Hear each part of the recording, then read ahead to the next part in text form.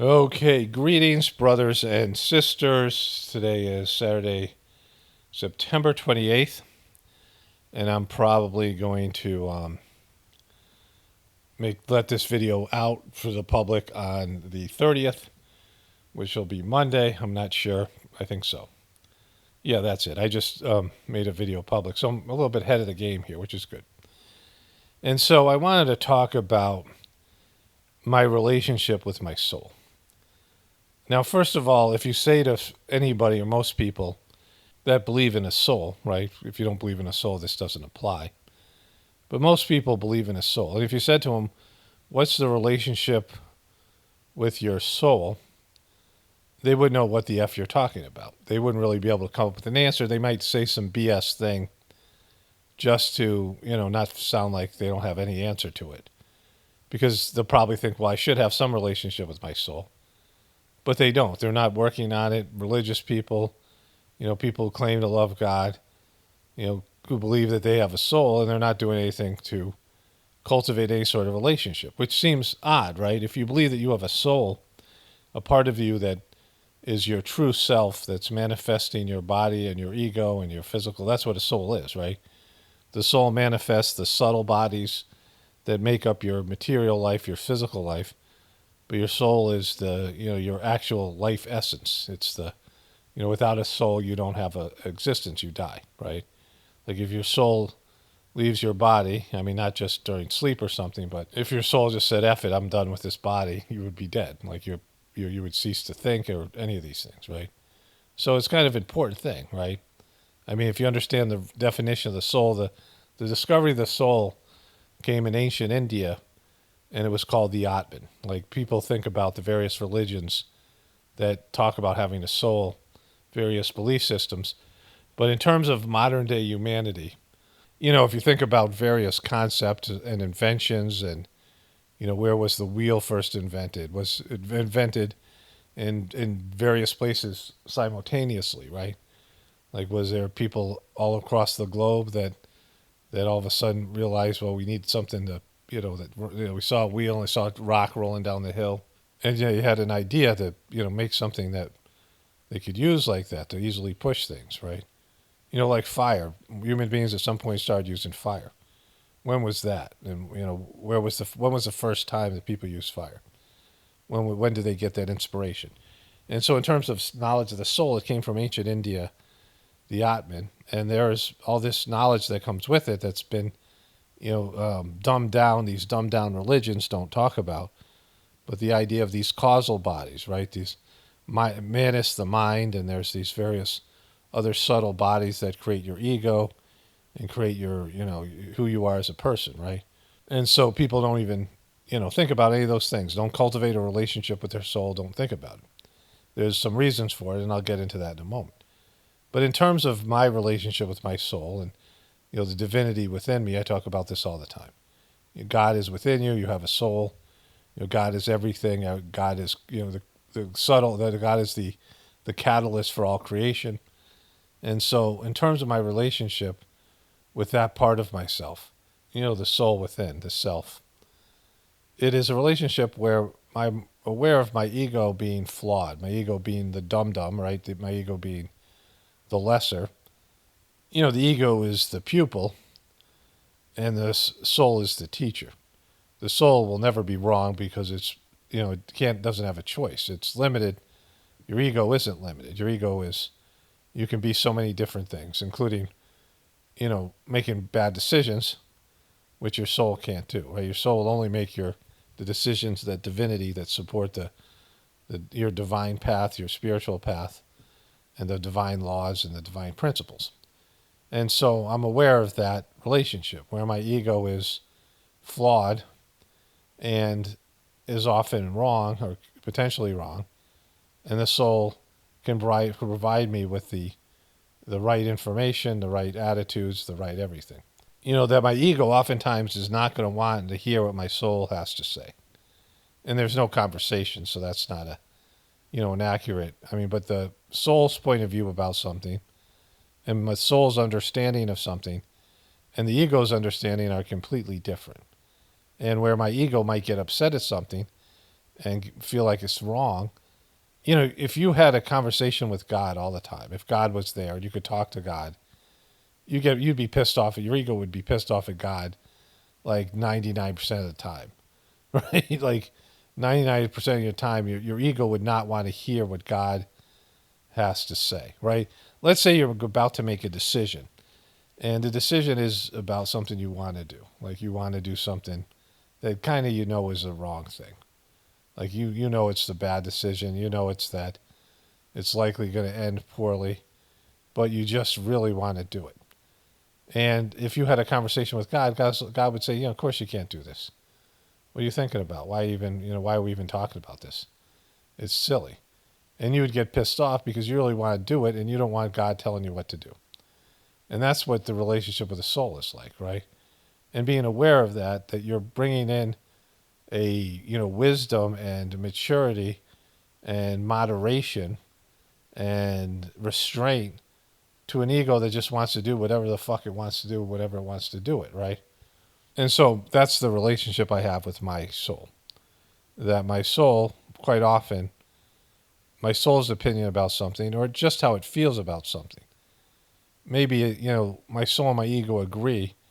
It's just my ego's like amped up or, emotional about it or, whatever it is. And my soul's like, it's not that big a deal. Why are you so upset, right? Why are you upset by this? It's a calming presence.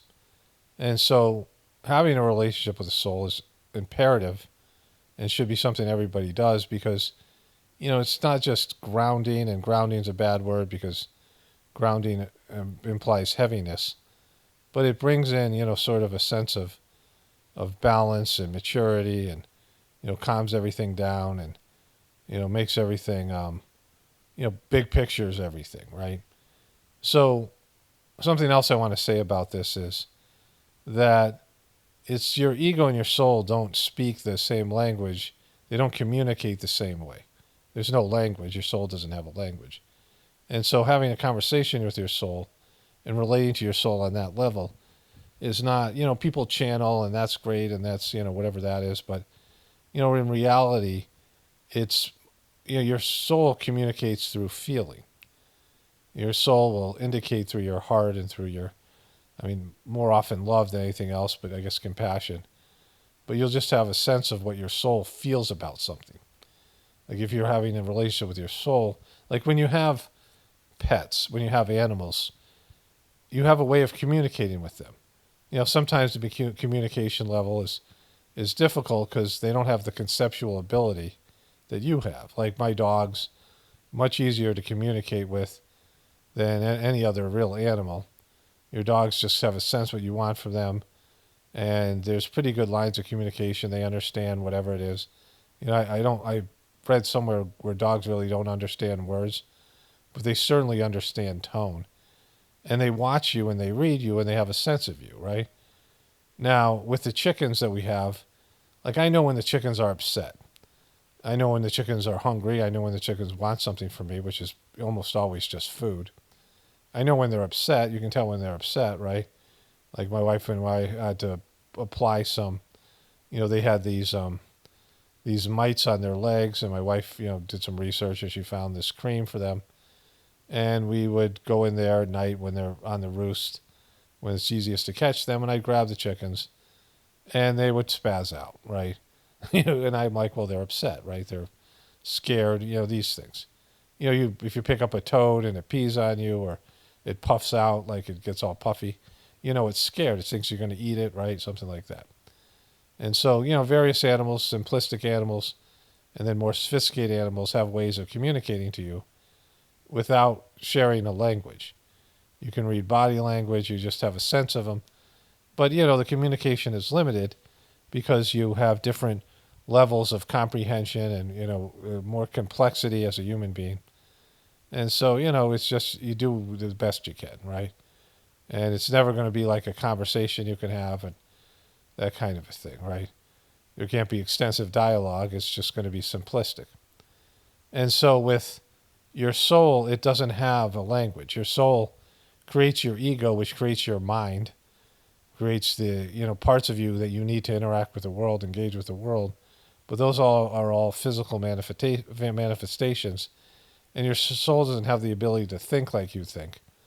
Your soul, like just like with God, once you start thinking, then you can get things wrong. When you start thinking, you start making your own choices, right? You start having your own opinions and things of the world, right? And so your soul doesn't have any of that. And so when you have a relationship with your soul, it's really just letting you know how it feels about something. Whether, there's energy there, like you could feel like you really want to do something. Oftentimes people have a relationship with their soul and they don't even know it. Of course you do, how everyone has a relationship with their soul. They just aren't conscious of it, right? They're not aware of it. But your soul is letting you know all the time about the choices that you make. And, it's subtle, so you have to really go within and actually ask those questions and, want the feedback. You want the feedback from your soul, right? And if you practice this long enough, it becomes automatic that when you're making choices, your soul just doesn't let you make the wrong choices. You make more and more mature choices, more and more, the choices that the divinity within you wants you to make, and you make better decisions because, your ego is minimized. And there's, as you get older, I mean, the way it's supposed to work is this, that you're born and you have to manifest an ego. You have to manifest the qualities that you're supposed to exhibit during this life. Have your samskaric patterns, your past impressions, and who you are as a person. You have to have, opinions about things and likes and dislikes and, tendencies. And you have a personality that develops through your experiences. And it's all about developing your physical life and who you are as a human. And then as you get into the adult years, you become more aware of your spiritual side and you start cultivating that relationship.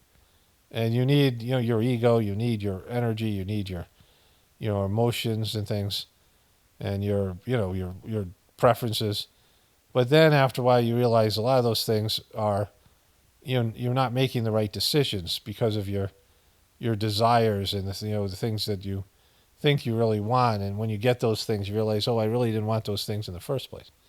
And so your soul, you start surrendering to your soul, which guides you on a spiritual path. And where you start making decisions, like I said, based in these experiences of feeling your soul and, what your soul wants you to do.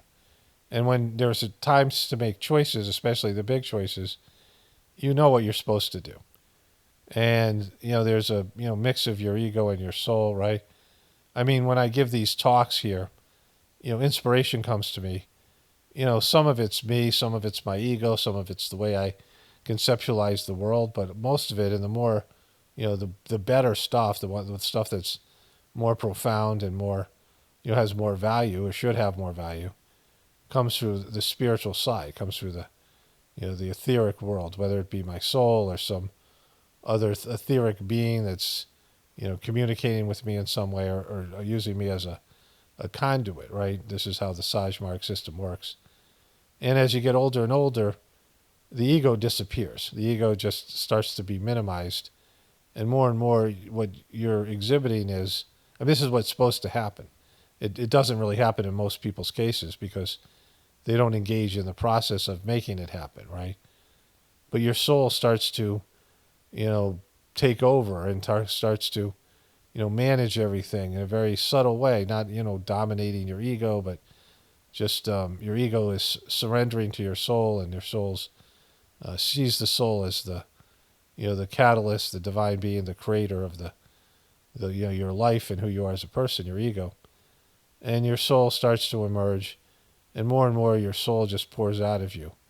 And ultimately this idea of Layavasta, the Sanskrit word for merging with the soul or the self, and in the most divine cases, the best case scenario, the most evolved people, your soul has reached its peak, it's evolved to the highest levels of spiritual attainment, and it's pouring out of you as a human being.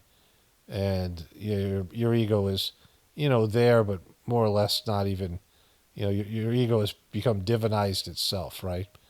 And so that's what it means to merge in God. When God merges in you, where your divine essence, the highest level of person that you could be, your best version is now manifested, and these small self and these egotistical behaviors and emotions have been, you evolve past those types of things, right? And I'm saying this because, I was thinking about how there are people that come to listen to me, and they see that I have something of value, this stuff that I'm talking about here. And they see that I can see things differently and I'm on a different level or whatever in terms of my, spiritual progress or whatever it is, like in terms of my conceptual abilities. But ultimately, I'm going to say something their ego doesn't like. Or just, the way I am as a person or something rubs them a wrong way. And it gives them an easy excuse to dismiss what I'm saying because they can see some character flaw or something that they think is lesser than in me or whatever it might be, right? Because that's how the human ego works, is that your ego wants to be what it is and the things that it's attached to. Like, let's say somebody comes here and they love everything I say and they find me insightful and they just, they see that I get it, that I, crack the code to whatever extent, in terms of these these truther things that I do. But then I say, oh, yeah, Trump is in on it. And their ego doesn't want to believe that because Trump is, their savior or whatever it is, right? And so if they find some way to dismiss me, there's that one person that recently wrote that I didn't know that guy, whatever his name, Dr. Ben Carson. I didn't know that he was a doctor, and I said he was a preacher. And he said, when you make mistakes like that, I can't share this with my dopey family. I'm like, fuck your family, bro. Like, I don't care about your family. Because, when somebody does the kind of work that I'm doing, and it isn't, there's much higher levels of this type of work. But when someone does this kind of work, you should be nothing but grateful that, for those of you who have some kind of spiritual awakening from my videos, and I play that role for you because it's really about you. Because, I've had like hundreds of millions of views and maybe, I don't know, at most 5,000 people, 10,000 people, I don't know how many it is, have had some sort of, awakening about their spiritual self because of the, and I talk about it all the time. So really it's not about me. It's about the people who are looking for that thing, looking for that experience. They're looking to have a spiritual path. I mean, I don't even know. It might be less than 1,000. I have no idea of how to, and there's lurkers and there's people who've never commented about it, but, they've had some kind of spiritual epiphanies because of what I say, right? And, so I'm being a catalyst for something that they're craving, and it happens to come through me, right? And when somebody does that for you, and divinity pours through them, and you're willing to act as a conduit for, communication to you. Like, there could be things in my videos that are specific to one person that I'm completely unaware of. Like, I might not even know this person's watching. They might not even be a presence. They don't comment. So, I have no idea that this person even exists. And yet the divinity within me was, is talking to the divinity within them, right? Or the divinity within them is using, my, whatever, my willingness to be a conduit for their, for their benefit. So you're lucky that someone's willing to do that for you because you're not able to do it for yourself, right? At least at this particular time. Like, hopefully you can learn to kind of do that for yourself, and you don't need that. Or at least, the relationship's there with your soul. We all need sometimes external catalysts, right? And, my attitude, because I had to go through this myself, is fuck your ego. I don't care about your ego. Like, if your ego gets, butthurt, or your ego is finding a way to dismiss me or whatever, then you're supposed to fight it off. Like, you need to control your ego, bro. That's on you. If you can't control your ego, that's not my fucking problem. And it doesn't matter what I do, because if you don't learn to control your ego, you're not going to have a spiritual life. If you're going to let your ego dominate your existence and run away from truth, that's for all the stuff that I put here. Like, that's on you. That's why I mock people in the comments. When I'm mocking people in the comments, is because they're letting their ego dominate their existence and not accept something that's good for them. Whether it comes through me or somebody else, it's going to be the same thing. They're always going to fail. They're always going to come up short because they're allowing their ego to dominate their existence, right? And so I thought of an example of this. So years ago, I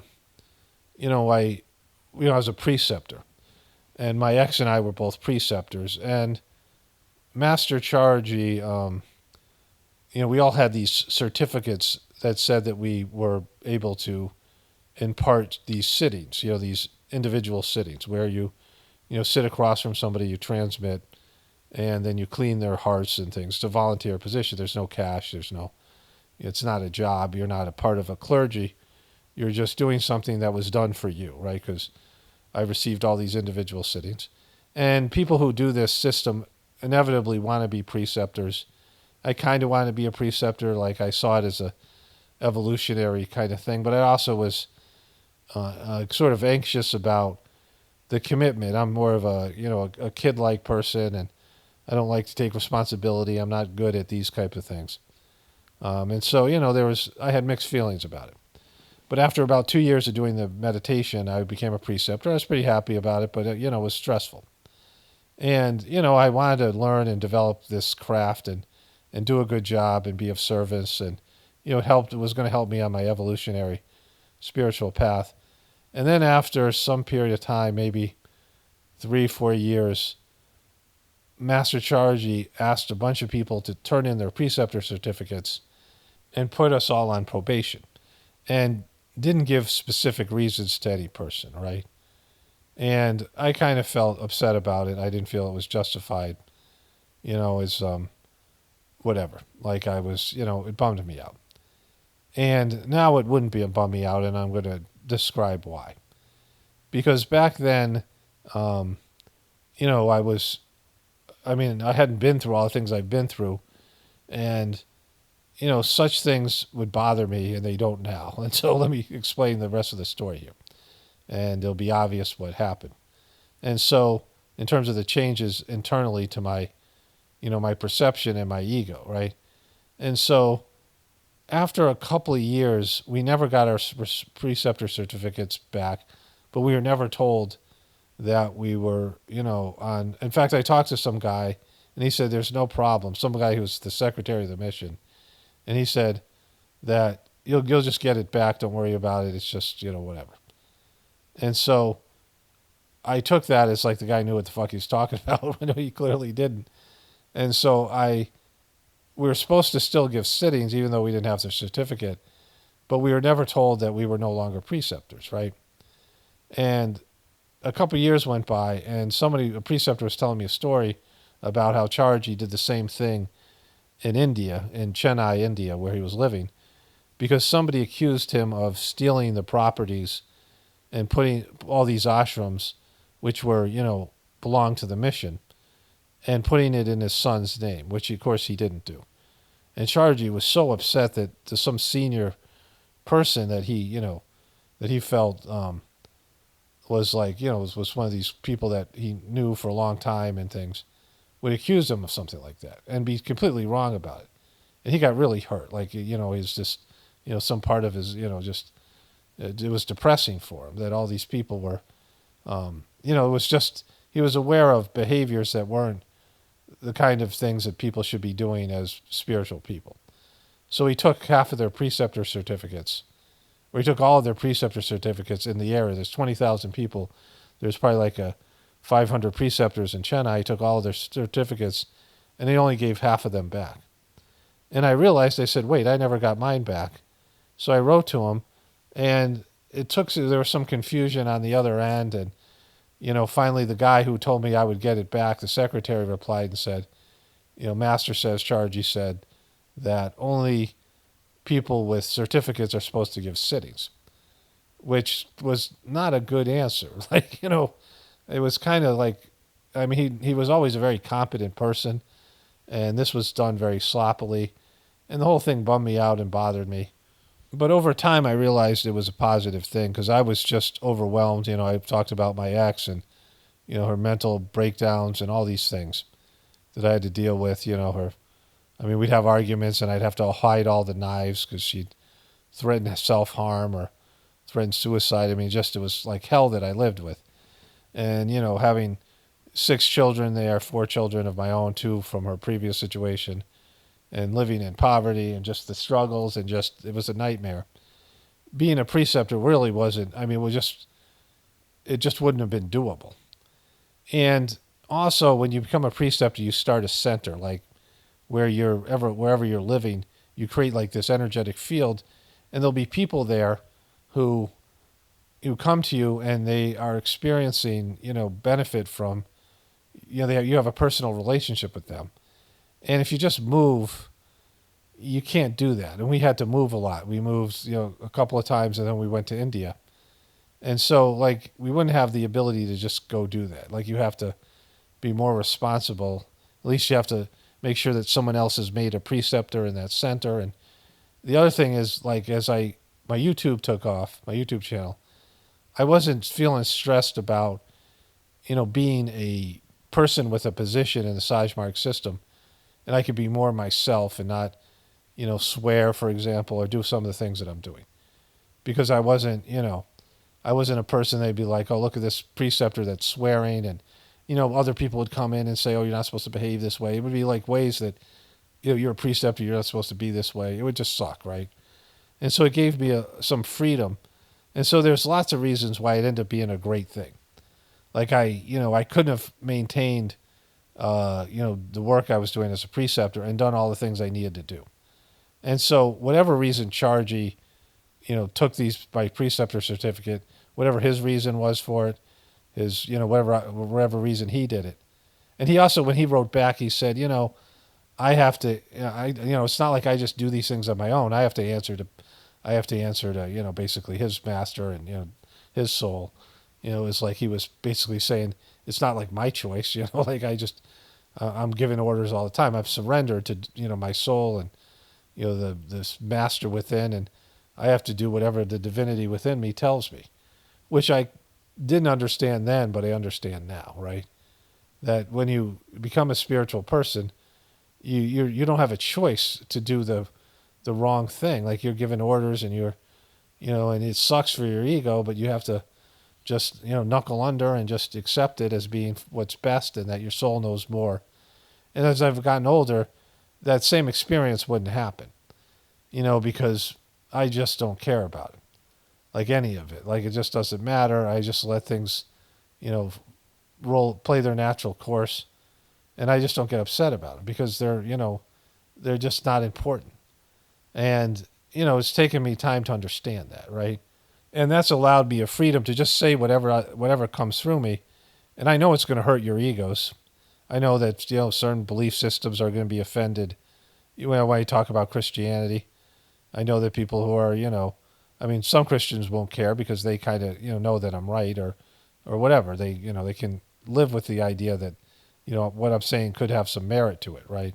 But there'll be some Christians who'll be upset about it because of their indoctrination. But I'm able to say it because I don't care about your egos. Like, your ego means nothing to me, right? Other people's egos, because, mine doesn't mean anything to me, right? It's something that, your ego has to eventually learn that its emotional reactions and its desire-based attitude towards the world is warped, and, the lens in which you see the world and your personal prejudices and your personal, opinions about things are not the truth. Your ego warps the truth. And everybody's ego does that. And so until your ego gets purified and you minimize your ego, you're always going to see the world the way, in some distorted way. And, that's not my problem. That's your problem, right? So if you're here because you see that I have some value in what I say, well, then this is what that's about, right? It's, eventually, if I'm doing my job correctly, I'm going to say something that your distorted ego's view is not going to like. And because, truth would be pouring through me because I'm letting it pour through me. There are things that I don't fully agree with or, aren't my preferences that I say here. I believe them because it comes through a spiritual teaching. But my ego doesn't necessarily like them or wouldn't like it to be that way. And, the civilization collapsing. My ego doesn't like that. I don't like that. That's not, something that's a real bummer, right? It means, a lot of change, I mean, your ego doesn't want to change, and that kind of change, and, lifestyles, you get older, you have your preferences and things. And, it's difficult to give up so many things that are just habitual and, not just comforts, but just, routine and things. It's hard to change like your diet wholesale or change the way that you do things, right? I mean, that kind of change isn't easy when you're younger, but certainly as you get older, it's harder and harder. But I've accepted it. I've accepted that, everything. I mean, the information's overwhelming. That the system sucks, and when it collapses, it's a good thing. But my ego doesn't think so. My ego, I don't know how. I mean, it's going to be difficult for me and everybody else. And the older you are, the more so it is. But that doesn't make it wrong. Just because your ego doesn't like something doesn't mean it's the wrong thing. And so just because you don't want something doesn't mean it's bad, right? Like more often than not, medicine, it doesn't taste great. The things that make you healthy, the things that are divine in nature, aren't the things that you want, right? Aren't the things that are, sexy, and things that are, stimulating, and things that are, provocative. It's, God's subtle and pure and things like this, right? Accepting the things that are, that you don't appeal to your ego or don't pop or don't excite you are often the people who are like that, and the situations that you have in your life, the things that are like that, the wholesome things are so much better for you, nutritious things, but your ego wants something more. Your ego wants, it to be, some sort of, dressed up and, somehow more stimulating and more appealing or whatever. And so, that's what my channel is, and, people should understand that. That if your ego gets upset, well, that's your problem. Like, control your little bitch, bro. Like your ego's your little bitch, and, stifle your little bitch. Just if you want to say something, don't do it. Like, I don't want to hear it. That's not, your ego wants to say something to me because it's upset, but really it's because, your ego is, emotionally and desire based, the desire based intentions are distorting reality. And when that distorted reality gets confronted, you whine like a little bitch, right? And that's not, you need to work that out, right? So that's why I say the things I say in the comment section and the rest of this stuff. I mean, that's my attitude towards it because, I'm providing a service here. And that service is, to verbalize something or be a conduit for the verbalization of the collective souls of my audience, right? Which is a good job to do, and should be something that's appreciated because most people don't want to do that kind of work or can't, even if they wanted to. Anyways, let's get into the other stuff here. Let's get started. So somebody sent me a meme of this where they played the ending of the Seinfeld Seinfeld theme music, where Jerry Seinfeld would be doing a comedy bit. And so she gets and she starts talking about Starbucks here. I'm not going to play that because I'm sure they're going to copyright it, and this is, a better version anyway. But she's speaking to Spelman College. So these are college kids, right? And she's talking about her Starbucks problems, right? Her elitist Starbucks executive, being a powerful politician and or lawyer, right? And so this is what she says. I am honored to be here this evening and to have been invited to give this lecture during homecoming. I was just asking Roz if it was okay that I share with you a little bit about what we talked about during her visit, because she is the reason I'm here. She insisted come in and speak, and I'm so glad that you did, because truly, given the recent events, to be here and among these incredible leaders, it warms my heart. So yes, a lot was going on, and my team told me, well, there's a very important person from this very important company, Starbucks, and she's a member of she's a CEO. I'm just going to give you that title, and she would like to meet with you. And then I knew who it was, and I said, well, absolutely. And as soon as she walked, Okay, so this is her story. She's meeting somebody who the CEO of Starbucks, who also is a graduate of this college, I guess. And this is what she decides to talk to her about. Walked through the door. We, of course, had an immediate connection, and we did. Why would you? Why would you? You because she was the CEO of Starbucks. Like, what if she was the cashier at KFC or Hardee's or something? Would you have immediate connection then? Right? So we started talking, but let me just tell you, we talked about everything. We talked about those lids. So here's what I said to her. Here's what I said to her. So you know how those lids are, because this is, well, I'm just going to speak, okay? So this is it. This is why they don't let her off the leash, right? This is why they completely keep her from. Remember, Joe Biden said her biggest asset in my last video. Joe Biden said on The View, her biggest asset is her authenticity and who she is as a person, and that's like the opposite of the truth, right? Because this is the kind of shit she does. So you know how those lids on those Starbucks cups, they're white, right? And so if you wear lipstick, they get all over the lid. And so then I find myself in meetings if I'm the only woman, and that's kind of, and so I keep taking the lid off and having my cup out so that I don't have that big lipstick mark on the lid. So I said, can we do something about the color of the lid?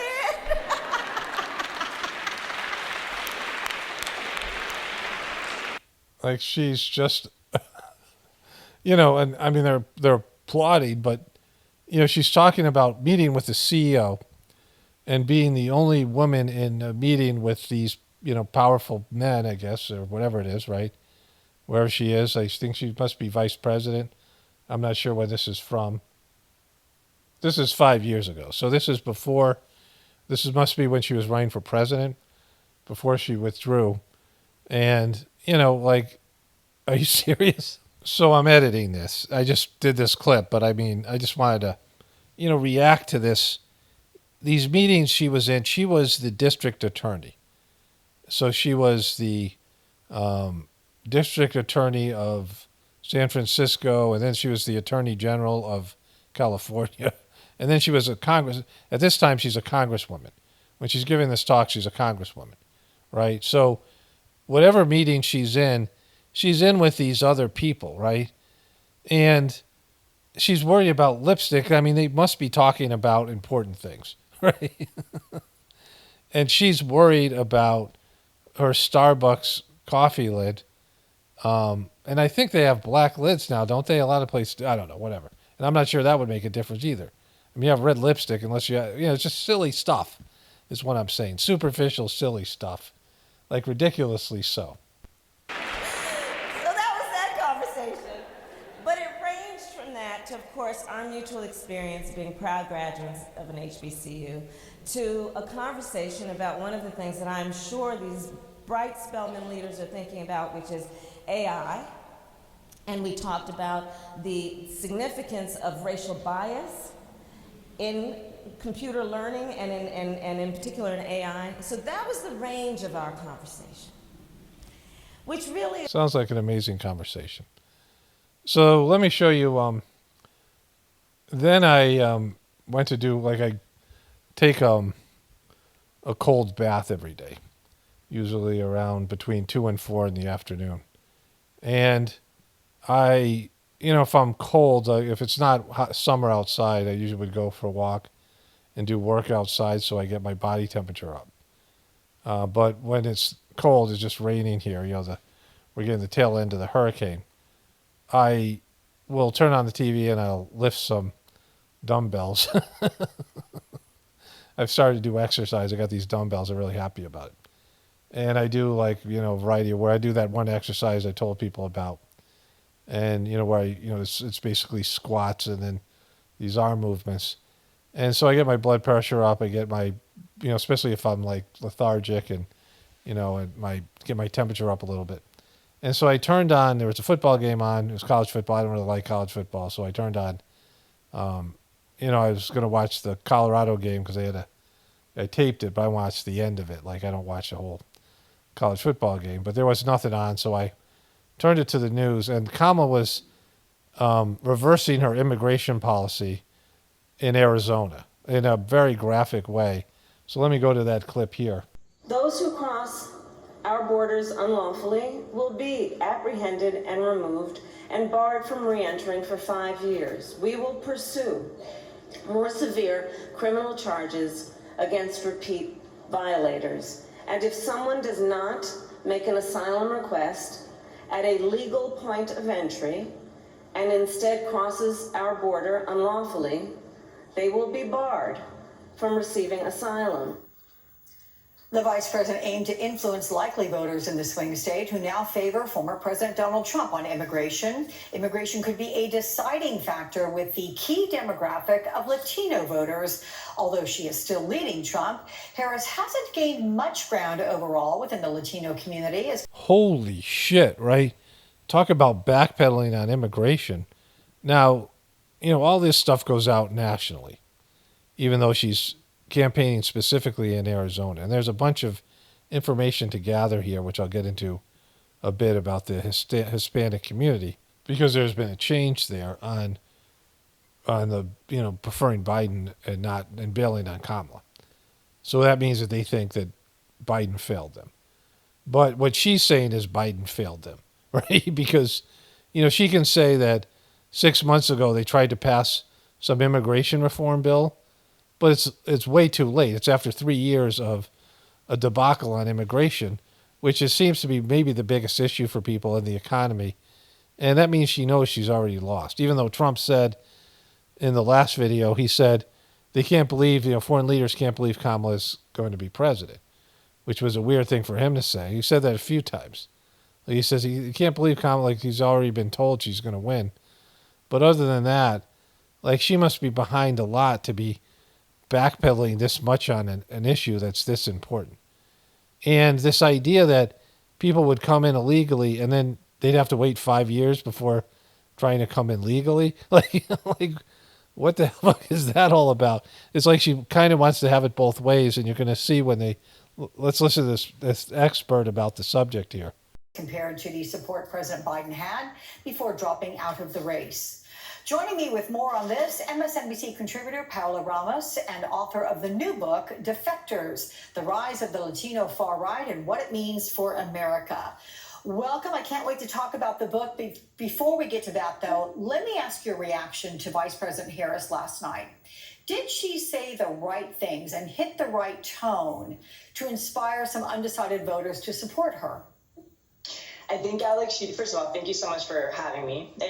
I think she did what she had to do. No, I think it was an effective speech. I think she did something that's very, very hard, which is really balance, the security and the humanity, the toughness and the softness. I think she did crystallize the image that she wanted to evoke, right, which is the image of someone that's tough, the image of someone that can take on the cartels as she did as a prosecutor, the image of someone that will pass the border bill. Now, I did have a couple of questions, right? My first question was, will that make inroads with that sort of American electorate that has been exposed to Donald Trump's mis and disinformation and fear-mongering for so long? Like, will that part of the American electorate react to that? It's amazing that there's only one side that is considered doing disinformation, right? Because Donald Trump says stupid shit. Like the Haitian thing is a disaster. He's a real piece of shit for doing that. I might get more into that in this video, but probably the next one. But Kamala Harris has lied about everything. Like they failed completely on immigration. She was the immigration czar. She didn't go there. She didn't take an interest in it. And now she's running for president. And people have to forget all about that. But think about this, that the Hispanic voters lean towards Biden. I think Biden won Arizona. It was a very close race. And Trump's winning by 10 points.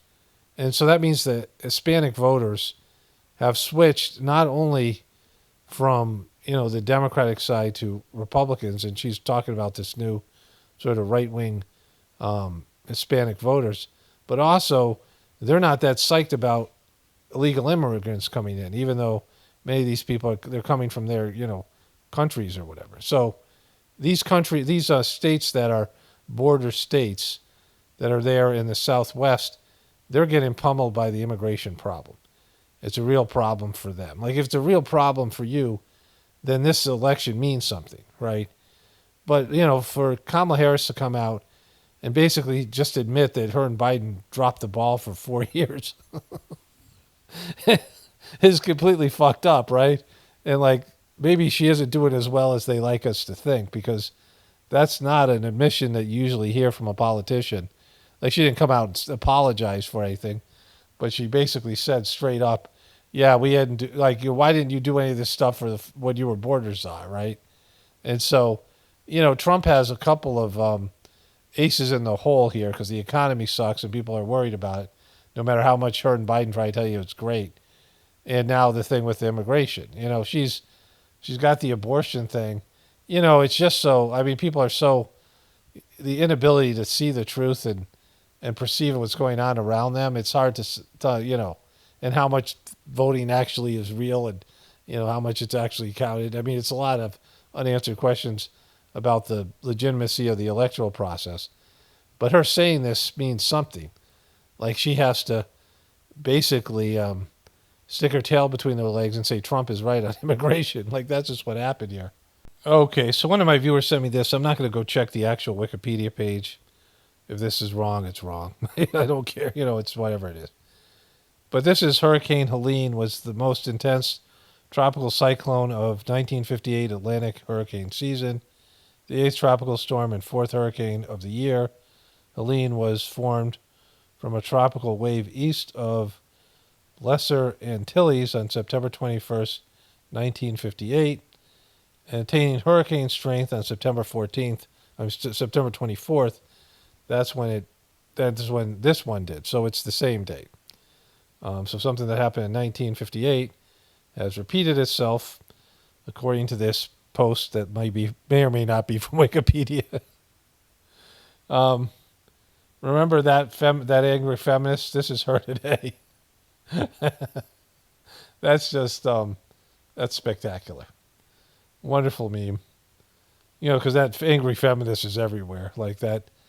I don't know what she feels about it, but she must look every time she goes on Facebook. She probably sees a meme of herself, right? And she's probably pretty angry about it. Hold a minute. I'm downloading some celebrity opinions. Excellent meme there. So this is Shania Twain at 59. Now, I don't have a memory of what she looks like. I don't know enough about her. I've seen her a number of times, not in real life, but, on TV or whatever it is. But I don't, remember what she looks like. But I know, if I saw this person, I would not know. I didn't know who this was. If it didn't say Shania Twain, I wouldn't know. So, part of it might be the hairdo, but it looks like she fucked up her face is basically what I'm saying here. And what the meme is saying. When is Oprah going to get raided? There she is peddling an actress to Harvey Weinstein. Of course, there's lots of pictures with her and Diddy. I have this whole thing about, well, let me go to a voiceover here. So my wife and I were going for a walk, and she was like, you should really probably cover the Diddy thing because, it'd bring in a lot of views, and, it's the kind of thing I would get excited about covering just because there's a lot of energy, and I just have no interest in covering it because, there's just all these right-wing QBs, former pizza people and the rest of this that just make up shit. That happened with Jeffrey Epstein. It happened with, it's just, there's all this disinformation being put out by, people on the right-wing side of the truth community. And they just make shit up. And, people repost it. And there's just no evidence supporting these things. Hollywood is degraded. And whatever way you think about it, whether you think they actually worship Satan, like they go to some satanic church and worship Satan and do sacrifices, or it's just their monstrous egos. When an ego becomes out of hand, it becomes demonic, right? Your ego is a potential. The part of you that's an ego is a potential demon, and the part of you that's a soul is a potential saint. And people in Hollywood and the people around them, the whole culture there is demonic. So, there's that, right? And there's all the weird shit they do, and they're definitely depraved. We know the people, these wealthy people, they get so bored with normal pleasures and living in beautiful places and having everything that they want, they have to go into more deviant type of behaviors. And that includes all these weird sexual stuff that they do and being pedos or whatever it is, right? And so that stuff does exist, but proving it, it's just all the rumors that are there, right? Now, Oprah Winfrey is obviously a scumbag, and she's connected to, the dark side of politics and dark side of Hollywood, the evil stuff. But we don't know how much she was involved with Harvey Weinstein, right? Like, we don't know. She wasn't, like, necessarily a Ghislaine Maxwell, but she could be. Like, we don't know. And that's the thing. You'll never prove it. And so it's mostly people making up shit, right? And speculating, which, at this point, I'm just so tired of it all because, like, the whole thing's fucked, like, all of it. Like, I've gotten to the point where I'm just tired of talking about all the depravity and all the, bullshit that people will post and all the other videos that are out there where people put shit out that they, pretend is factual when it's not even close to factual. And so, I don't know. Like, I'm wondering how long I'll be able to, once this political season ends, hopefully it's a clean election, which it probably won't be. And if Kamala wins, I'm not covering her, like, unless she does things that are, in some ways, worth covering. I'll cover events that happen when, everything starts going tits up, like, when there's apocalyptic events. But, I'm just not going to cover all this political bullshit anymore. And, I'm tired of it. I probably will stop watching the news. And so I don't know what I'll be covering. Like right now, I'll cover this political, debacle till, the election day. And but I'm just kind of over it all. But anyways, let's get back to the other stuff here. Okay, I just had to go make myself some throat coat tea. Today is Sunday, the 29th of September. This video is mostly hammering Kamala, but I always have something on the other side because they both suck so bad. And I don't know who this Alina Habba. I'm not sure who she is, but she really loves Trump. And here, this is what she had to say. Get up, Pennsylvania. We got a country to save. Oh, my God. Like, he just gets the skanky, like, what country do we have to save, right? What are you talking about? Get up, Pennsylvania. We have a country to save. You know who I am, right? No? Okay. Well, I'm the country save lady. Okay, so I just looked this person up. I'm editing. Alina Saad Haba is an American lawyer. Her middle name is S-A-A-D. It's like sad with an extra A. And so I don't even know what that is. Is an American lawyer and managing partner of Haba, Mondeo, and Associates LLP, a law firm based in New York, New Jersey, with an office in New York. Haba has been a legal spokesman for former U.S. President Donald Trump and a senior advisor for MAGA Inc., Trump's super PAC. And so she is, some kind of a Trump person. And I don't know. Like, anything to do with, like, she's like the legal person for MAGA. She's a MAGA lawyer. And, like, that's pretty much all you have to know. Okay, so there's a little bit more here. She's Iranian, right? So her family is, she was born in Iran. She doesn't look Iranian, but she is. She married what appears to be like a white guy, and they got divorced after some years, like 8 or 9 years. And now she's married to a Jewish guy. So she's an Iranian woman who's married to a Jewish guy. And they both, I think, work for Trump. The guy's an entrepreneur. I don't know. So his name is Rubin, and so his last name. And so, this is Trump land. What is up? I don't know. What's up? We got a country to save? I I am so excited to be here for JD. I am JD. usually with the greatest president that we have ever had. What, Joe Biden? Like, this is just, I mean, the cult level here. But now it is time to get ready for the greatest vice president this country has ever had. You mean JD Vance? What are you talking about? Like, Kamala Harris is the only vice president in the race. No one else has been vice president. JD Vance wants to be vice president. You know, there's past and present tense of verbs. Do you know, like that, like the English language? For the greatest vice president this country has ever had. Okay, so like you don't understand verb tenses. Woo! Pennsylvania is a special place for me. I have lived Yeah, I've here always said that about Pennsylvania. It's a very special place. Very special there. Very special people. for a few years while I went to law school, when I went to college. And I love the great Wait, did you go to law school first or second? state of Pennsylvania, but I love Pennsylvania when it turns red. When you guys are blue, fuck Pennsylvania. But when you're red, then I like it. You know, then I...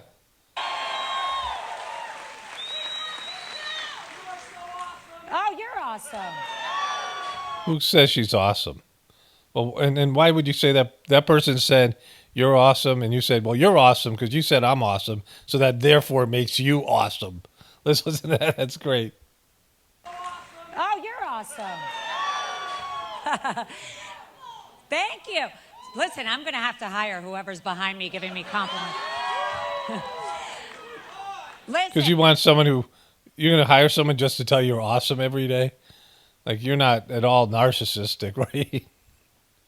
Yeah, this guy, he has one job. He just walks around and says, you're awesome. And, like, I need that. Like, I need that in my life. We got a crisis. We got a real crisis, and we need So now they're focused on the crowd, and she's blurry. real leadership. Yesterday, I was with President Trump in New York when he met You mean the greatest president in the history of the world?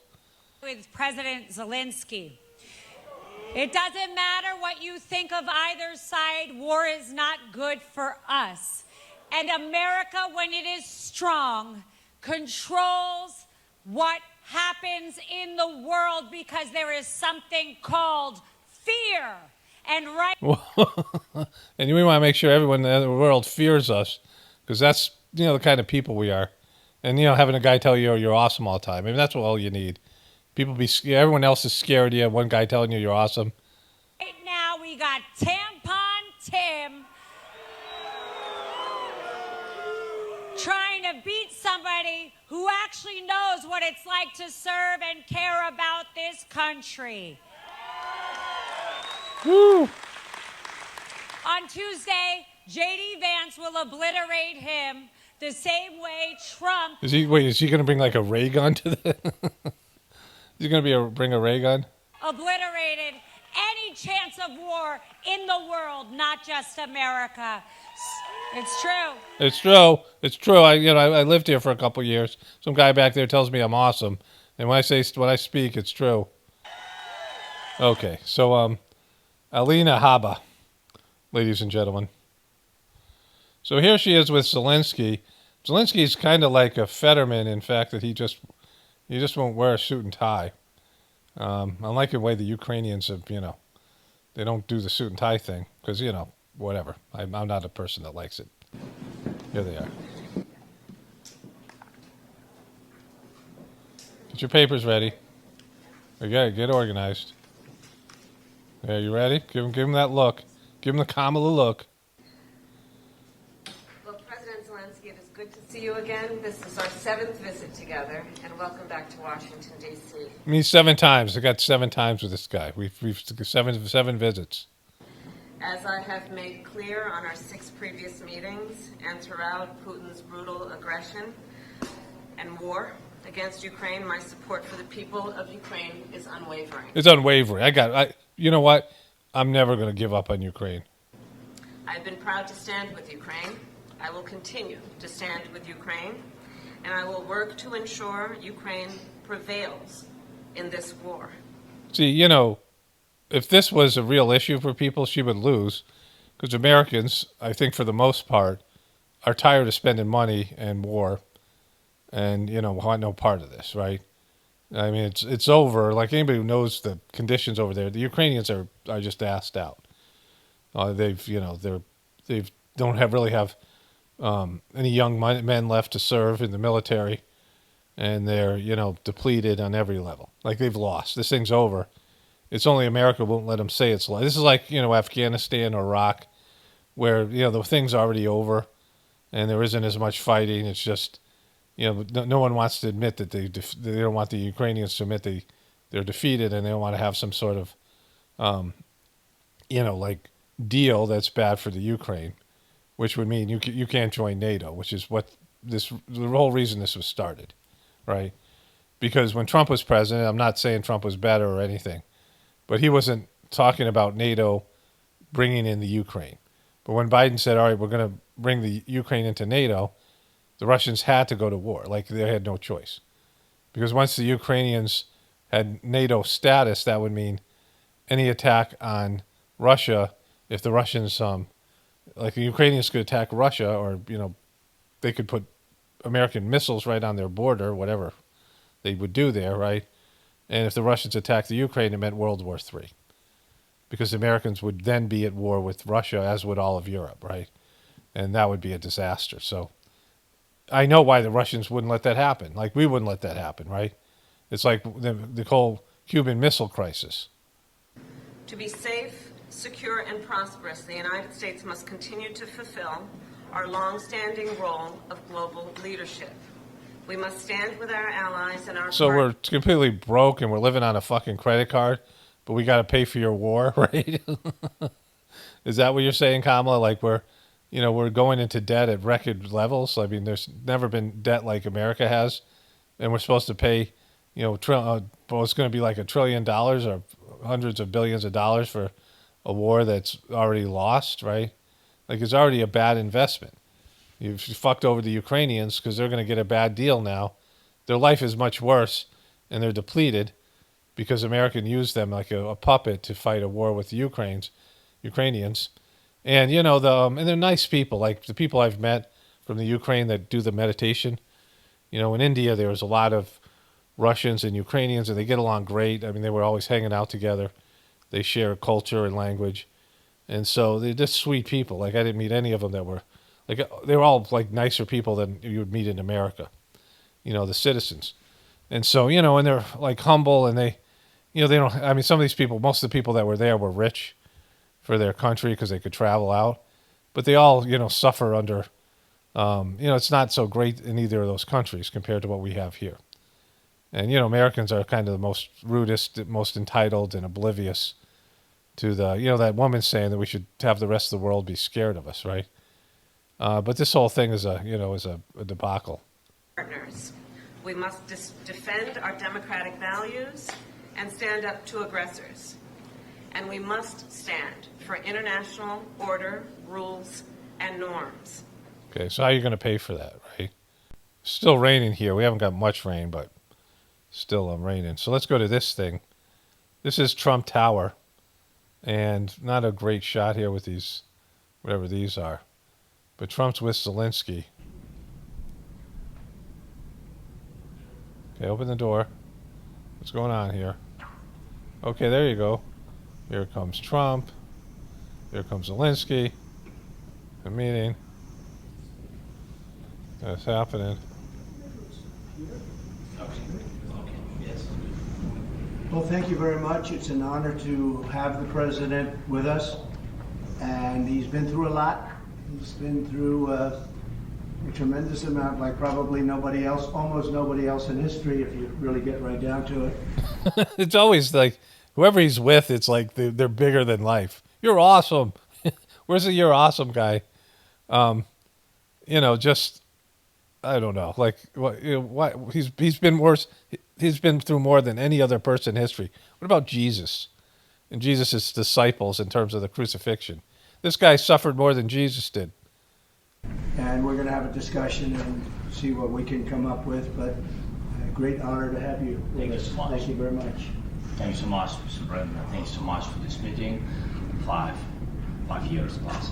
So we had we had meeting again here in New York in September, and now there are a lot of challenges in Ukraine, United States, and of course I want to discuss with you. I think where we are together, I think we have common view that the war in Ukraine has to be stopped and Putin can't win, and Ukrainians have to prevail, and I want to discuss with you the details of our plan of victory. Yeah, Trump ain't all about that. It's over. Ukraine isn't going to win unless you're going to go nuclear at them. Like, you don't have anything left, right? You don't have anything left to fight with. I mean, unless Americans send troops in there, you're lost the war. Like, it's really bad. It's way worse than they're saying. Thank you so much. Thank you very much, everybody. And you know what this was? You know, the Bidens made a deal with the neocons that wrecked the Middle East. And the neocons had this idea, they had a hard-on for Russia. Like, that was whole Russia, Russia, Russia.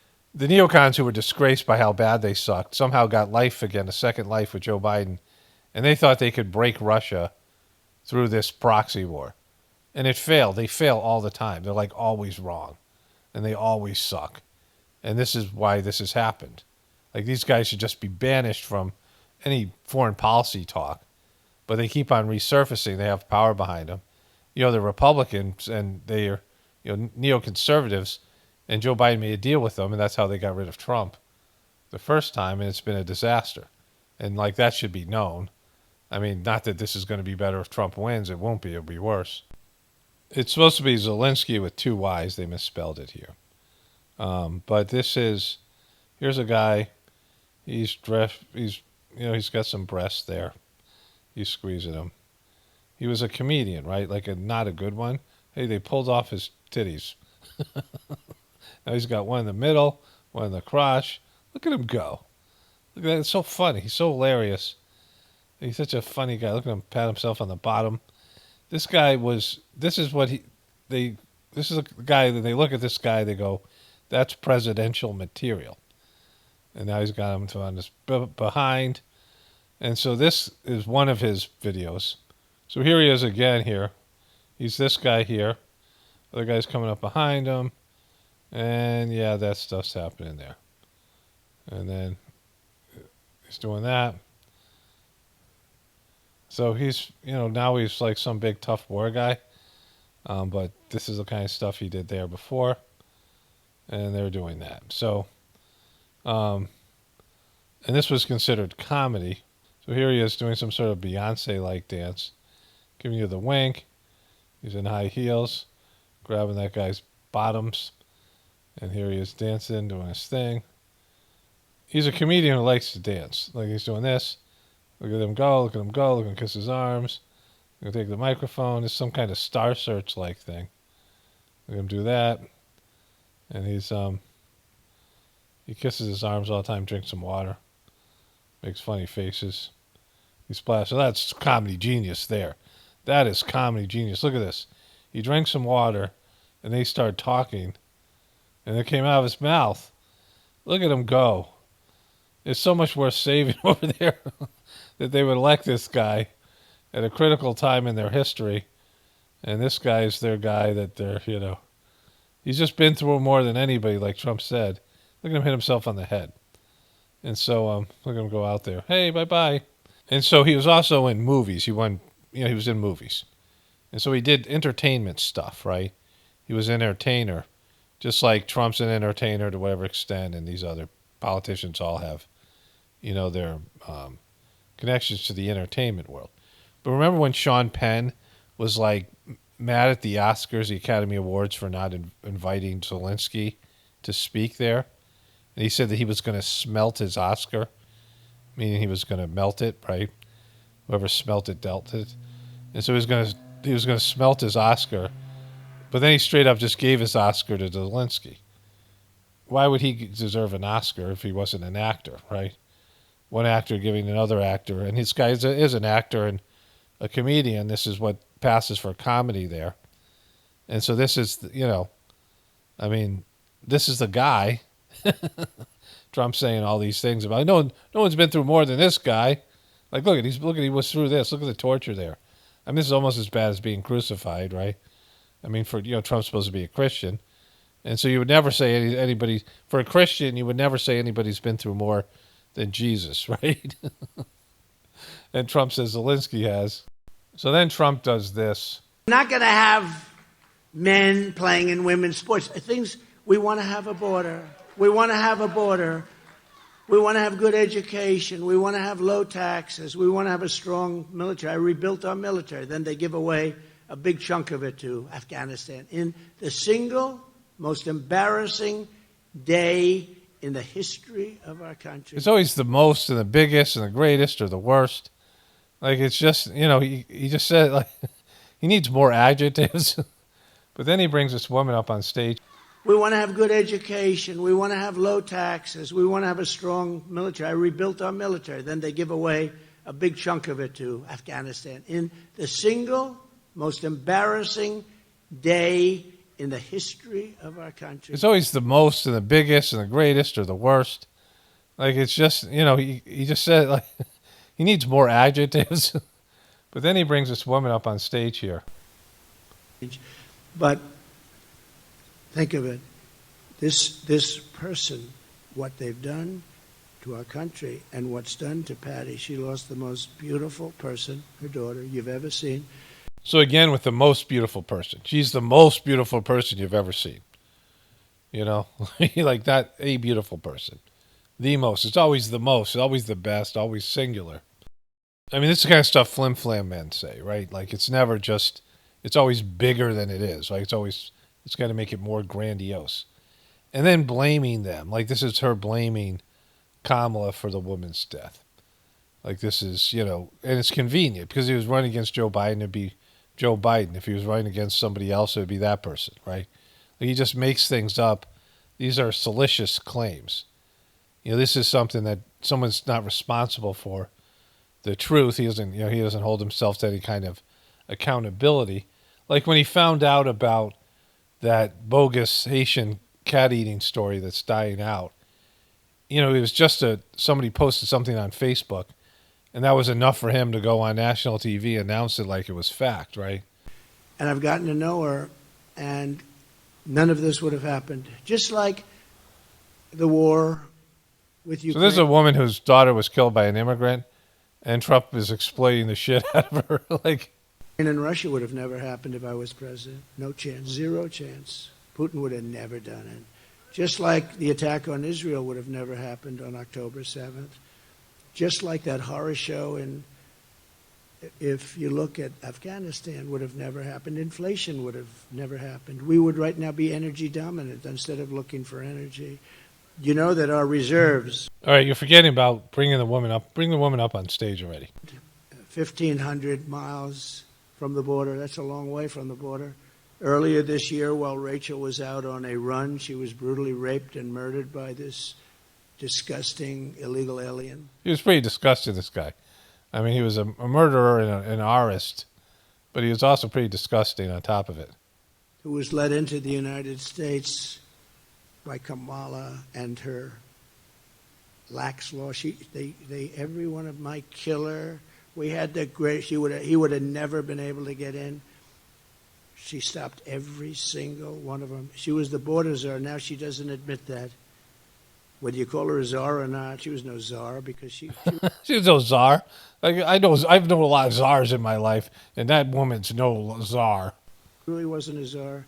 She didn't give a damn about the border. She never spoke to Border Patrol. You ever see the agents? All the top people, they never spoke to Biden or her, and yet it's like the most important thing. But Patty has suffered greatly. I've gotten to know Patty. She's a great woman, and she's lost an amazing person in her family. Her family is suffering tremendously. But I'd like to ask Patty to come up and just say a few words about Rachel. Please, Patty. So they're just rolling out. I'm going to show something else Trump is rolling out. Like, it's just so sanctimonious, right? Because they don't really care about anybody. They care about power, and I'm going to cover this in my next video. I've already made an audio about this at the beginning, about the people who really control the power behind the throne and the kind of people that Kamala and Trump are and why they're handpicked. why they pick these people. End migrant crime. Deport illegals now. Patty's from Wisconsin. Thank you. I'm not a politician, so I'm not here to give you a spiel. I do want to say vote for Trump, though, because I really believe that he's going to close our borders. Yeah, Patty. Rachel was a very fun-loving, down-to-earth, compassionate woman. She worked really hard. She took good care of herself. So this is the kind of stuff they're stooping to, right? You know, Kamala Harris brought out all these women who suffered some kind of abortion-related issues, and she used this young woman in commercial, like this woman, young girl who was abused by her stepdad. Remember all that stuff, and they just roll out all these things, and they don't care about any of these people. You know, they just use them as props, right? It's like despicable. You know, I mean, think about it. Like, why would you want to vote for anybody who does shit like that, right?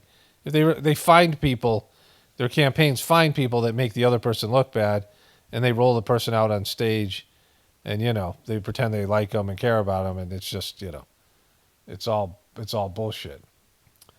So one of my viewers sent me this. This is the same kind of a thing, you know, but it shows you the hypocrisy of Kamala. So this is Arrested by Kamala, Black Mother Story. I'm just going to show you the first minute because this is, you know, you can find this video for yourself. It's put up by somebody named Joel Gilbert, who's obviously a Trumper. I intend to fight for Black Lives Matters. I intend to fight. If Black Lives matter to her, why didn't I matter? I don't agree what Kamala Harris did to my mom, and I don't agree with what she's done to other parents as well. My message to all Americans, especially Black Americans, do not trust Kamala Harris. I'm so proud of Like the music. This is her daughter. you right now, because you walked all the way down here and I wasn't expecting you to walk. My daughter, Shayla, suffers from sickle cell anemia, a chronic, painful genetic disease. As a prosecutor and law enforcement, I have a huge stick. It's a very She does have a big stick. I mean, ask Dougie Fresh.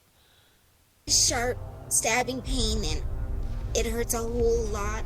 Like from my chest all the way down, it hurts, including my side. So I decided I was going to start prosecuting parents for truancy. Like, look at how happy she is. Look at, she's so smug about it, right? I mean, we all seen this. When Kamala Harris was the California Attorney General, she had me arrested and prosecuted because my handicapped daughter was sick in the hospital and had missed some days of school. Okay, so you get the idea here. And again, I mean, whatever true, I believe that these stories are true. You know, people just suck so bad, though. Politicians, because they don't care about this woman, right? Is people going to donate to this woman, help her, you know, with their situation with her daughter? Like, you know, how many Republicans really care about that? It's just because it makes Kamala look bad. But it makes her look really bad because that, you know, for her to lock up parents, to lock up this mom who's already struggling, you know, it would be like to have a daughter sick like that all the time. How much, anxiety and stress she would be under. It's just brutal. And then, you know, like just a horrible policy. I mean, the whole thing is so fucked. And let me switch gears and talk about your interview with the second gentleman. I keep calling him the first gentleman because he's the first gentleman aspiring we've had first gentleman, yes. quartet. But in any case, the second gentleman, aspiring first gentleman, Doug Emhoff. Jesus Christ. She's such a ghoul. And her husband was that guy, Alan Greenspan, and, you know, who ran the Fed. And, you know, I don't know how she's just shouldn't be on TV. Like, she's maybe was a good reporter for them. And then, of course, Jen Psaki one of the worst. I mean, she's actually worse at her job than Andrea Mitchell is at hers. Like, they're just so hard to watch. They're not like, you know, they're actors, so why not hire real actors? I mean, you know, why pretend these people are journalists when they're just shills, and get people who are comfortable in front of a frickin' camera?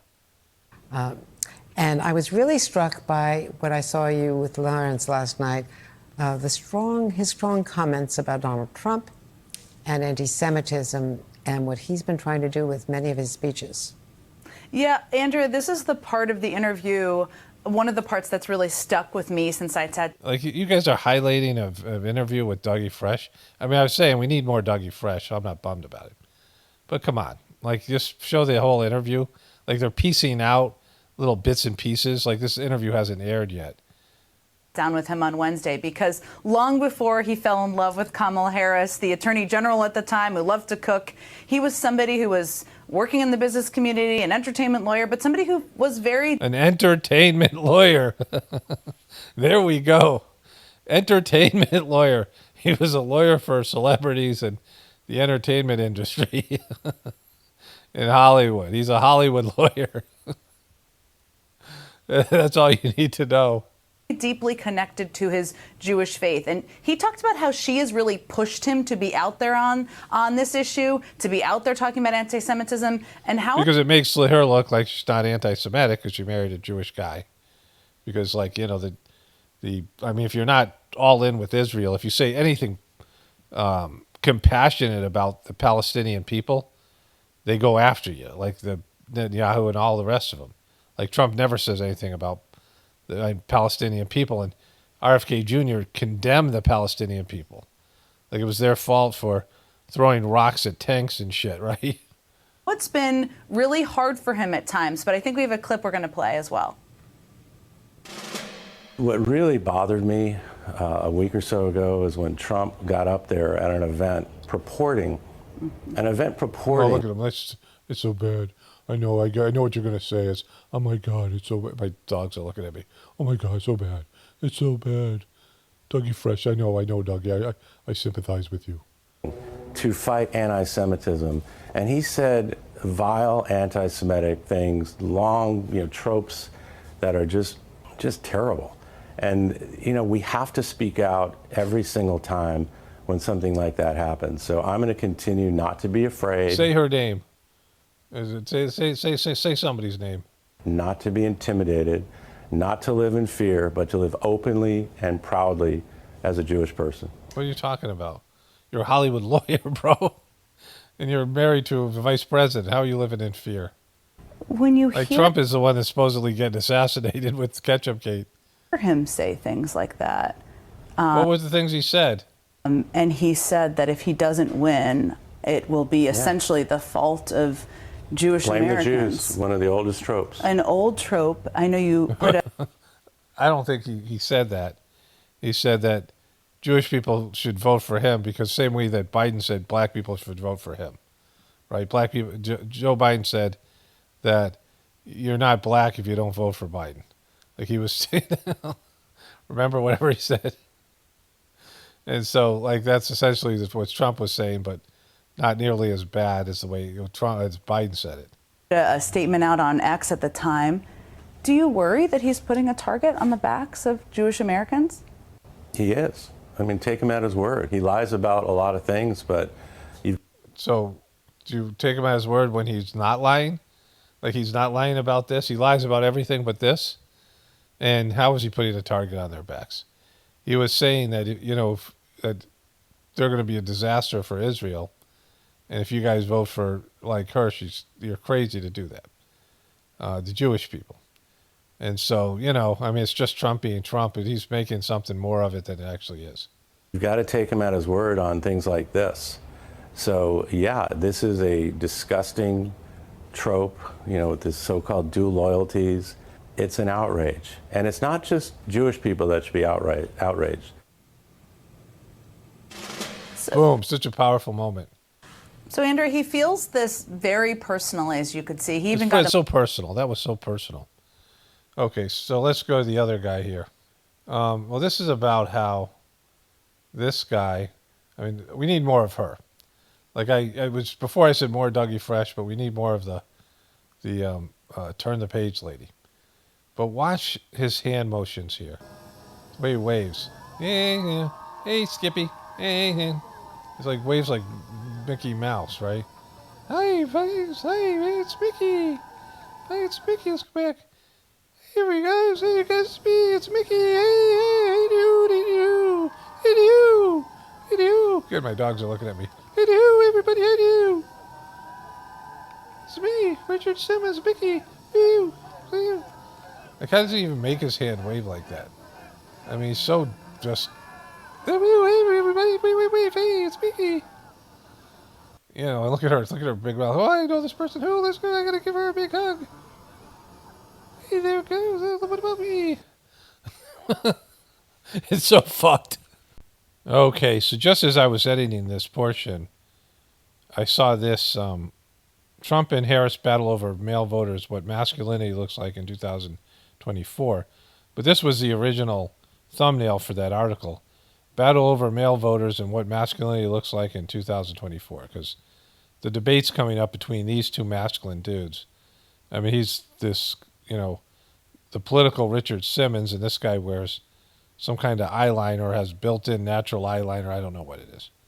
But I said that he looks like he is like a woman who's converted to being a man. J.D. Vance and Tim Walz is all this effeminate stuff, right? And so, this whole idea that they're looking for male voters, and Trump isn't some really masculine guy himself. Like Trump is, he's not some big tough guy like he pretends to be. And so, Kamala might be the most masculine out of all of them. She's trying to be this tough guy. But then somebody sent me this photo, what masculinity looks like in 2024, just as I was starting to edit this thing here. And so that's all you need to see there. Okay, so this is Saturday, September 28th. And some of these Instagram videos disappear after a couple of days. I leave them up on a toolbar. If I don't put them in a video, they disappear, and then I can't remember what it was, right? Because there's no reference point. It just says the video is no longer available. But today I got sent not this video. I got sent this maybe 2 days ago. But the rest of the videos I'm about to show you after this one, there's 7 of them. And they're the best videos, like the best day of collection of videos that people sent me. One person, if people send me a bunch of stuff, I only see the latest thing they sent because I don't know to scroll up, which is, there's times that I don't look at my Instagram messages for a day or two. And sometimes people send me multiple things and I miss them because I can only see the one that just came in. And if I don't scroll up, which oftentimes I don't, but one person sent me like 4 great videos, right? So let's start with this one here. This was, again, the one that was sent 2 days, and the rest were from today. Injecting a sperm into the cytoplasm of each egg. That's probably one of the last things you learn as an embryologist. That's a really skilled thing that you have to do. You're holding an egg on one thing, and then you're injecting the sperm into the egg on the other side. So it's at that point that I'll select which sperm is going to be injected into each egg, which is kind of a big responsibility. What characteristics are you looking for in this sperm? So at that point, we want them to be swimming, but not too well. We'll use a chemical called sperm slow, which slows the sperm down so that we can catch them. Once they're sort of stuck on the spot but still moving their tail, I'll whack it over the back of the head. Pardon? How are you whacking over the head? You're knocking out a sperm. I thought we were encouraging this sperm to live its good life and go to the egg, and you're fucking knocking it over the head. Knock it over the head, yeah. You've drugged it and then you've knocked it over the head. Exactly that. Coward. So yeah, we don't want it inside the egg thrashing around. We don't know what damage that's going to do to that egg. So we knock it over the head, it immobilises it so it stops moving. And then I'll suck it on my needle and inject it into the egg. What a roller coaster ride for that sperm. We're injecting So I had no idea, but giving it a chemical, right? Giving it a chemical and then knocking it out, that can't be good for the baby. I mean, it can't, like she says they don't want it to thrash around and wreck the egg. And yet, the natural process is always better. Whenever you can do something natural, it's always better. When you have cows and you want to have the cows be inseminated, oftentimes it doesn't work. And you have no idea because the cow doesn't show that they're pregnant maybe till the very end. And sometimes we had a cow that we didn't even know was pregnant. She was in with a bull and we got her. And she just stopped producing milk and we didn't know why. We thought she had mastitis and all 4, nobody knew what was going on. And they came out one day and a calf was hanging out in the back of her, right? And so, when they're in with a bull, 100% if that cow can get pregnant, they're pregnant. But if you you have to make sure you get the right day, and it's just it's just not it's not as good a process. I mean, if someone has to have some in vitro fertilization, then fine. It's just if you can't do it naturally, sure. But this can't be good. Like a baby's just not going to come out right. If your sperm is damaged, like. Now you guys tell me what you think about this. Can you see those sunflowers? Sunflowers have a thing called heliotropism. They face the sun and curve their face towards the sun every day, all day, every hour to absorb the sun.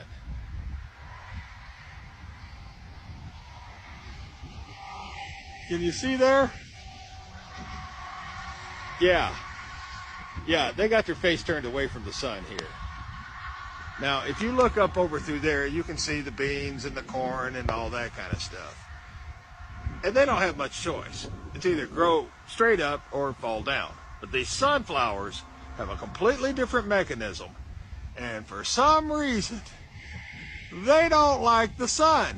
So somebody sent me this because I put it in a video. Our sunflowers for the past, ever since we grew them, we had some natural, we throw out natural flowers into our pasture area where we go for a walk. And we had sunflowers growing there. And they weren't tracking the sun. They were always, they would face east. So they would track the sun in terms of where it came up. But then towards the end of the day, the backs were to the sun.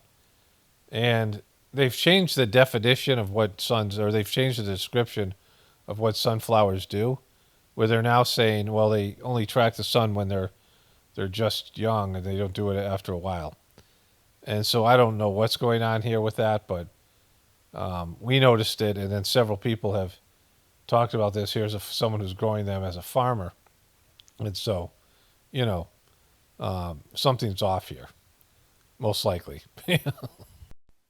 You just stick 2 pins into some cardboard like this, and then connect them with the string and trace it out. You get my favorite geometric shape, an ellipse. But there's something really special about these 2 pinholes. They're called the focus points, and any straight line you shoot out in any direction from one of the points will bounce off the wall of the ellipse and always hit the other focus point. And here's proof, because I've got a laser pointer at one focus point, a ball of wax at the other, and a mirrored surface all along the interior wall. And now you can see no matter which way I point the laser, it always bounces off and lights up the wax. But here's the really cool part. If you build an actual full-size room in the shape of an ellipse and then you stand at one focus point, you can hear even the faintest whisper from anyone standing at the other focus point, even hundreds of feet away, because all the sound waves bounce right back to your ears. In fact, this actual ellipse-shaped room was built by John Quincy Adams in the U.S. Capitol building. And legend has it, he was a master at anticipating the moves of his opponents plotting against him on the opposite side of the large hall. And now that you know the physics involved, it should come as no surprise that John Quincy Adams conveniently placed his desk right on top of this leftmost focus. Okay, so today's Sunday. You shot all these things on Saturday, but I kept them open because I wanted to show my wife all this stuff. And someone had sent me a bunch they've taken a couple of my images, like the one with me and the dogs, the maid sort of image. And they AI'd it, and I showed her that. She was happy with seeing those things. All these different AI renditions of me. And then I showed her all these videos. We found a lot of this stuff very interesting, especially this one. I kind of maybe knew a little bit about this, but not as detailed as this guy did it. I don't know if any of these things are going to be copyrighted, so I might have to take some of them out. We'll see. So this woman has been feeding a squirrel outside her house for like the last week or so. And then she gets home and there's a cookie on the ledge. Look at how she got the cookie. The squirrel that she has been feeding brought her a cookie, I guess as a thank you. We had a cat that we got somewhere, when I was like maybe 6th grade or something, 5th, 6th grade. And then we had it through my high school years. I don't even know what happened to that cat, now that I think about it. and my parents are dead. I can't ask. Like it's a mystery. Because my parents retired and they moved, and the cat, I don't know when the cat disappeared, but it did. But anyways, it used to leave mice on the back porch, like it was catching us mice. This is something that happens. There's a video out there of a sea lion that's catching penguins, and there's a person filming the sea lion, and they keep on shoving the penguins at the camera, at the person, thinking that person's like a seal, and they're trying to give that seal a penguin they've caught. So, animals will try to feed you, especially if you feed them, I think. Hi, I'm Connie Chung. And I'm Mr. Chung. No, you're not. This is just a very odd couple. I don't think Maury Povich, I mean, is just so greasy. Connie Chung was supposed to be, she was one of the first women anchors, one of the first Asian women to do any kind of these. I mean, she was like, someone was just praising her somewhere, I guess because of this book on national news. I was watching something, they were talking about how great she was and all the things she accomplished. And Maury Povich is a worse version of Jerry Springer, right? I've just written my memoir, and so I've started an Instagram account, and it's called Connie Chung Povich, because I'm Mrs. Povich. And I'm Mr. Chung. No, Maury. Okay. This is Maury Povich, who's been determining... You don't have to introduce me on Instagram. Oh, okay. I know. You have 1 million viewers. Whatever. Followers. Okay. And you have 6.5 Facebook. Stop. He's got 1 billion followers. Like, who could possibly be following Maury Povich? Like, what does Maury Povich have to say on Instagram that, I'd go to his page, but I just can't. Like, this is hard enough to get through. But, I mean, just, like, so weird, this thing, right? Like, she's new to Instagram, and she's pushing this book. It's about the book. Okay. I've written my memoir, and I'd like you to buy it, because I don't want to sponge off Maury anymore, and I need to make some money. Good. Okay? Yeah. Don't pitch too hard. Okay. Tell them about all the secrets that are in the book. No, I did. Some. Yeah. All about Maury. Life is all about Maury. No. Yes, it is. This book is... Welcome to Instagram. Thank you. Why are you thanking him? That was just so weird. That's just odd. That's just odd. Or maybe Maury Povich has a show. Does he still have a show? I don't know. Don't tell me. Don't care. Don't need to know. And then there's so that bit I showed you at the beginning of the video. This is where they do like a Seinfeld, where she's doing that coffee lid bit on, so. But they didn't have the full audio, and the song's playing in the background. I figured they'd copyright that, but she just sucks so bad. So whatever.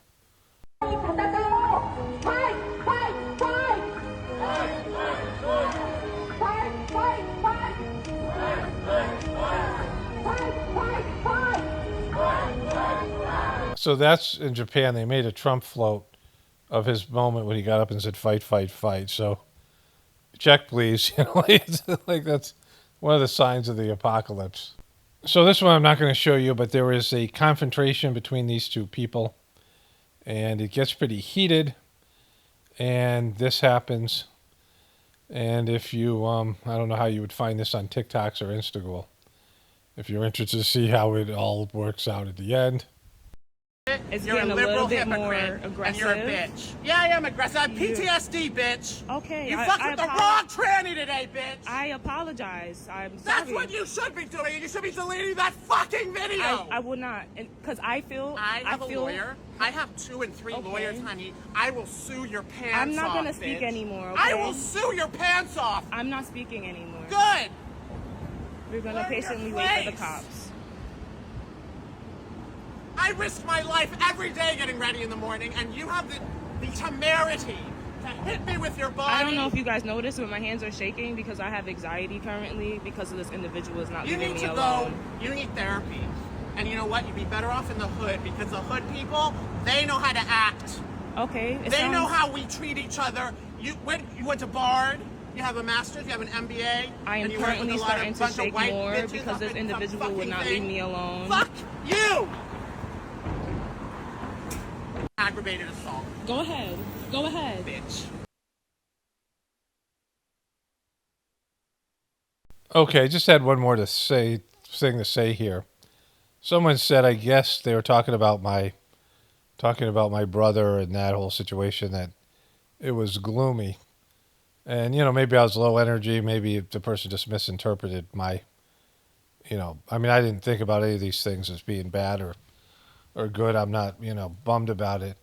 And, in reality, I mean, my relationship with my brother, this has happened to everybody. Like, it's getting harder and harder to just be on, I would say, friendly terms with people in your life that just don't agree on basic fundamental view of reality. Like, it gets harder and harder. I noticed this probably about 3 or 4 years before my ex and I got divorced. The narrative my ex had about real life events we had been through was so different than mine. I mean, I would say distorted. I mean, so distorted. And, it was things that we both maybe agreed on, like a memory of the way something happened or how something happened. And then it was like she had rearranged these things, and even things that had happened recently. And I realized our whole perception of reality, not just in terms of the physical events and whatever would happen in terms of dialogue and some of those things being distorted. Like, you have a experience with somebody, and their experience is, when they recount the details, it's completely different. It's like you're talking about two different things. You're watching a movie, and people ask you about the movie, separately, and you each describe a completely different movie, but also about the interpretation of certainly my motivation or what's going on inside of me. And I knew that our relationship was over, because you can't have a relationship with people who see the world and the experience this so differently, right? Especially since the experience was more and more painting me like the villain or the bad guy in situations where I was like, I'm clearly not, right? So this thing that happened with my brother, I mean, it wasn't just this, because, I could only have a conversation with him maybe once every couple of weeks. And sometimes we wouldn't talk for like a year or two, and then we would talk again. And so there might have been some sort of falling out, or one person was pissed, or just, we're tired of each other. But like, when we went and saw him at the ashram, the first time we talked to him was fun. It was good. Me and my wife, he was just meeting my wife at that time, and my kids, the two kids that were with me. And this is the same thing that happened in the past. But by the second day and by the end of it, he was just, a little much, right? He was just, I was kind of over the whole thing. And this is how it is for all my family. We're not close in this way. There's not really any, I mean, I guess in some cases there's, some bad blood or some negativity or whatever. I mean, my family can be negative about all these things. But mostly it's that we don't see each other for a while. And when we do see each other, any member of my family, it's good for the first hour or so, and then it isn't good from there. It like gets progressively worse to where, like, all right, let's just go our separate ways, kind of thing, right? It's just not. It's not like a lot of arguments or a lot of, whatever. It's just like, it sucks to be around my family. It's for all of us to one extent or another. My brother, you only can take in small doses. I don't know how people can be around him on a daily basis. When I lived with him when I was younger, it was different. But I went out and had my own life, and you become an adult, and man, to become adult yourself. It's harder for me to go back and be with any member of my family. They'll remember me as the youngest too, and that all sucks. And not that I cared about it when I was the youngest, when I was a kid, but now I mean, they all think about me as little Paulie or whatever, and so that isn't great. Like, it's just. I mean, I've grown up and I have my own life, and whatever's going on whatever's gone on these past so many years, and it hasn't brought me closer to anybody in my family, my experiences. And the reality is that when Dodgy did what he did, that part of my life had just ended. It took me a while to understand it, but there hasn't been anything really to retrieve other than doing the spiritual practice I was doing, and, that part of it. But in terms of the organization, in terms of the people I used to, hang out with at gatherings, and people I knew, I wasn't really close with any of them. And there was times I were, I was, but not, not now. And so it sucked in a way, but it wasn't, it wasn't like some huge loss. And, everyone's life's going to change. I mean, it's happening right now. Everyone's life is changing because of the way the world is structured. And part of that is divisions and people taking sides. And, it's like a civil war in America. And, there's stuff going on like this in the world. But when lifestyle changes and, there's tumultuous events, upheavals as it's called, which, I mean, if those things are happening the way that's predicted they're going to happen, at least in terms of my, spiritual belief, the whispers of the brighter world, then, there's going to be big changes that everyone's going to have to undergo. And, things will have to be more local. People have to connect with people around them. And it's going to be how, the people are around you, how if there's leaders in the community that can keep everything together when things break down, when there's no longer any national stuff going on. But everyone's going to have to adapt. And, I mean, adapting is going to be key in the future. And so, yeah, like it wasn't really a bummer for me. It just, I mean, I knew it was coming when my brother and I started talking, and he was, my experience of Kamlesh was not as good. The Dodgy was not the same as his. And I knew, some of these other things that happened organizationally. My brother liked to complain about the organization, but he didn't want to listen to my side or my, what I was going through that was difficult. Like he would dump his complaints on me. It was just not a positive situation for me, right? Like I often felt drained after we talked.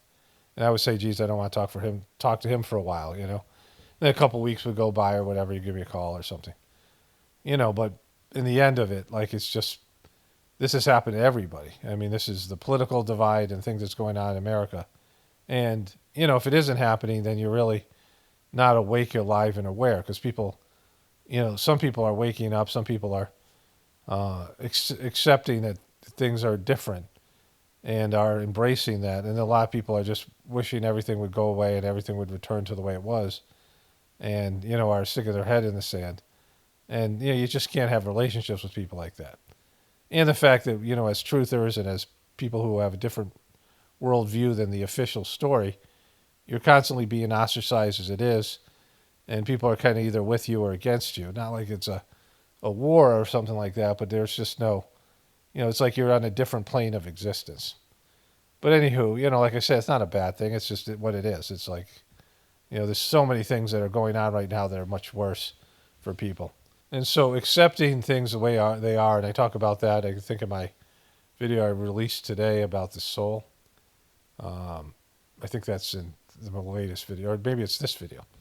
It's this video. So this kind of ties into that, right? I mean, it's just, when you don't agree with something, but you don't have all the information. Like I said, when I wasn't able to be a preceptor anymore, it seemed like a bad thing and it seemed undeserved. And, I've had so many experiences like that. Lost a job or some relationship ended or something, something that seemed like getting cut from basketball, playing basketball and not making the team, things like that, right? Things that were disappointing. But, now I look at all those things as blessings. And that's one of the teachings of the Sajmark system as miseries as divine blessings. And I see more and more even going through like COVID. Like I was really sick and really left my body ravaged. Like I was about 2%. I was at a scale of 1 to 10. My health was like at 2. I had issues with, I was pre-diabetic. My immune system was down to like a 2. Yeah, I had all this blood work done. I had thyroid issues. My system was depleted.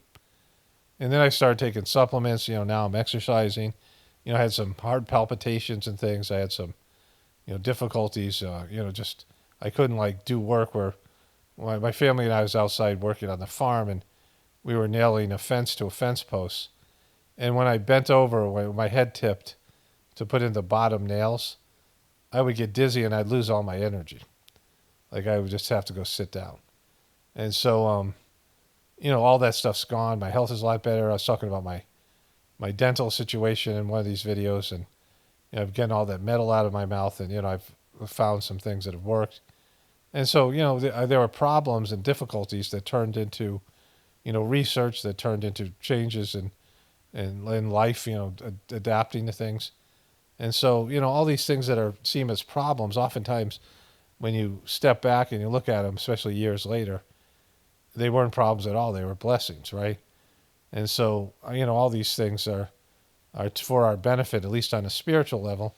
And oftentimes they have material benefits as well. And they help us change and adapt. And so we thought we had the whole picture in terms of our point of view of what we thought we wanted. And, in retrospect, we didn't know we didn't know what was good for us, right? And so that's tying this back into the idea that the ego has to acknowledge that the soul, the divinity within you, knows more and has a big picture, a big plan, and has more complete understanding without, having, mental reasoning, but just has a deep feeling and a sense of, an overall plan and, a path that you have to walk through to evolve spiritually. So anyways, everything sort of ties together here. Only spirituality will save this world. It's Paravano definitely points to the apocalypse. And the ascension, everyone have a blessed day and be grateful.